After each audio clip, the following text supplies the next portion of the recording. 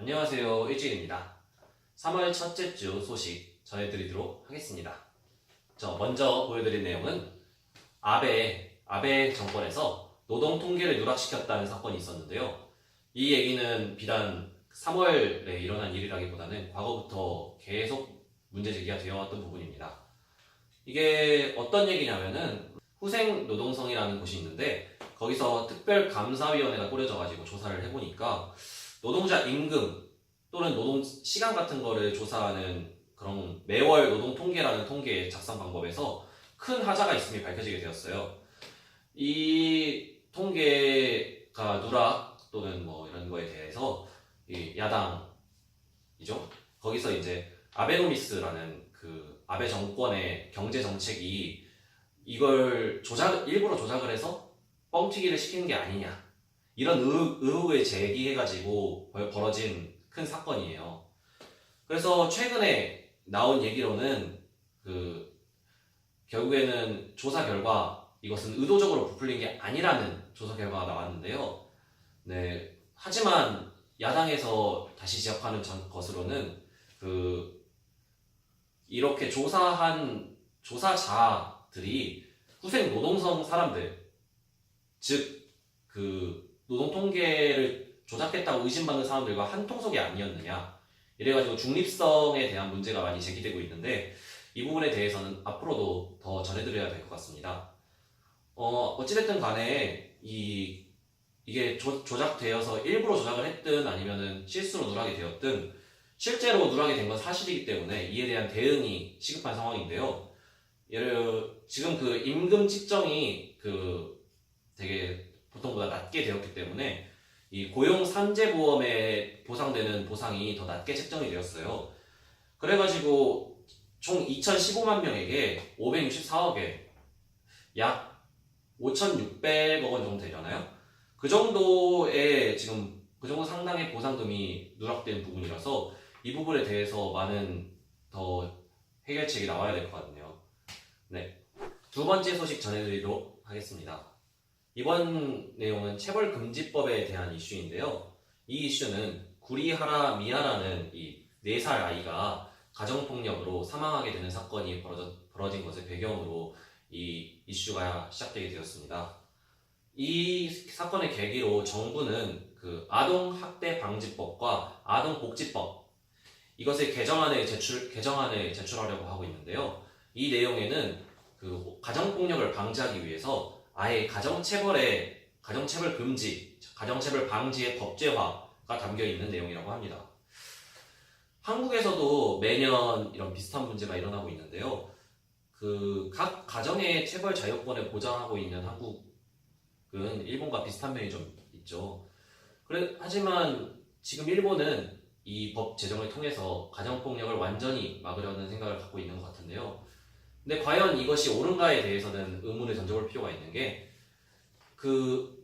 아이에게 체벌을 한다는 게 필요할 때가 있고 필요하지 않을 때가 있다는 사람의 의견도 분명 있는데 완전히 금지시켜 버린다면 그것 또한 또 문제가 될 수 있을 것 같습니다. 과연 한국은 어떻게 대응해야 할지는 좀 더 생각해 봐야 할 문제일 것 같네요. 다음 뉴스 가겠습니다. 세 번째 소식은 라인에서 빠져나가는 젊은이들이라는 소식인데요. 일본에서 라인의 인기는 정말 대단해요. 우리의 카카오톡과 비슷한 느낌인데 일본에서는 총 1억 명 중에서 약 6,800만 명에 달하는 가입자를 갖고 있다고 해요. 하지만 최근에서는 이 젊은이들이 라인을 빠져나가는 모양새가 되고 있다고 하는데요. 주로 트위터나 인스타그램으로 많이 유출되고 있다고 합니다. 그 이후로 라인이 계속 유명세를 타면서 여러 가지 이모티콘이라든지 이런 거에 수요가 늘어나고 그러면서 회사들이 광고나 이제 수익을 벌 수 있는 수단으로 라인을 바라보기 시작했기 때문에 이 젊은이들이 계속되는 광고로 좀 피로를 느끼고 있다는 점이 한몫한다고 하고요. 그리고 또 하나로는 이 카카오톡과 약간 비슷한 느낌이라고 할 수 있는데 라인으로 온 메시지에는 꼭 답장을 해야 한다는 이런 의무감이 작용하는 것이 젊은이들한테 하나의 피로감으로 다가오고 있다고 합니다. 이 트위터나 인스타의 DM, 즉 다이렉트 메시지라고 하는 채팅 기능에는 반드시 답장해야 되는 의무감이 없다는 게 작용을 해서 사람들이 더 편하게 쓸 수 있는 점이 있다고 하네요.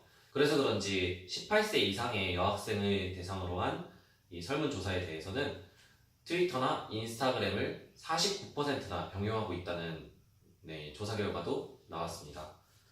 그래서 그런지 지금 라인 같은 경우에는 페이스북과 비슷하게 친하지 않은 사람과도 최소한의 연락을 할 수 있는 사이라는 느낌으로 어떤 하나의 명함으로서의 느낌이 지금 작용하고 있는 분위기라고 합니다.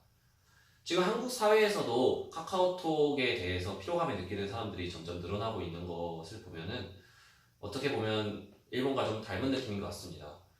사람들이 카카오톡에 꼭 답장을 하고 싶지 않음에도 의무감을 느끼는 사람도 늘어나고 있고요. 이런 추세가 비슷한 것을 봐서 어떻게 우리가 해결책을 발견할 수 있지 않을까 한번 고민해 볼 필요가 있을 것 같습니다. 네 번째 소식은 일본의 왕은 양위하는 것이 아니고 퇴위하는 것이다 라는 주제입니다. 2019년도에 이 일본의 연호 헤이세이가 막을 내리고 다음 황태자인 나루히토에게 황위를 물려주면서 이제 새로운 연호를 시작하게 될 건데요.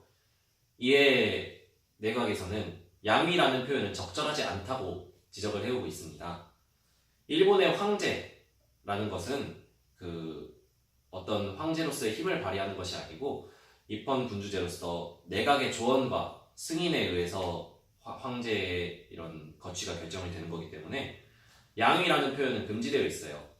양위라는 것은 천황의 입장 표명, 자신이 이 황태자에게 물려주겠다라는 입장이 들어가 있기 때문에 그렇기 때문에 양위라는 표현은 내각이 황제의 입장을 결정하는 내각 입헌 군주제에서는 적절하지 않습니다.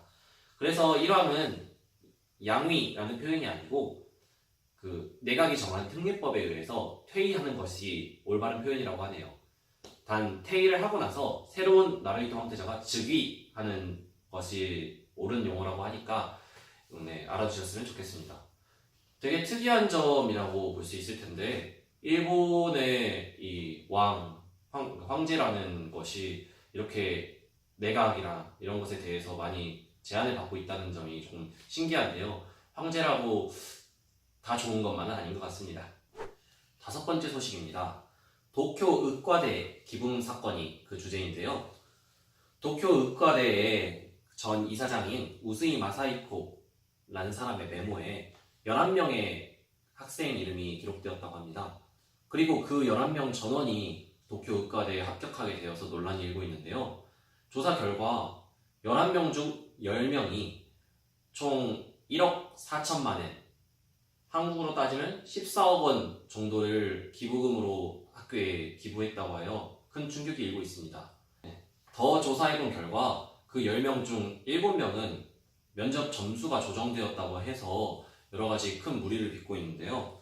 이 문부과학성이라고 하는 곳은 한국으로 따지면 과학부 정도 될 것 같네요. 그곳에서는 합격을 발표하기 전에 학부모와 이런 학교 측 관계자가 접촉하는 것을 금지하고 있는데 이번에 밝혀진 바로는 이 이사장 측에서 기부금을 내라 라면서 학부모에 접촉한 메일이 발견되어서 정말 입시 비리에 대한 온상이 드러나고 있습니다. 한국에서는 이제 한 2달 전에 스카이캐슬이라는 드라마가 엄청 큰 인기를 끌었었죠. 입시에 관한 드라마로 많은 공감을 얻었는데 일본에서도 이런 입시에 관련된 이야기들이 올라오고 있고 입시 비리가 실제로 일어나고 있는 걸 보면은 어떻게 입시라는 이 대학을 가겠다는 의지는 어느 나라나 똑같은 걸지도 모르겠습니다. 지금까지 저희가 준비한 소식은 여기까지이고요. 유익하셨으면 좋겠습니다. 다음 영상에서 또 만납시다. 그럼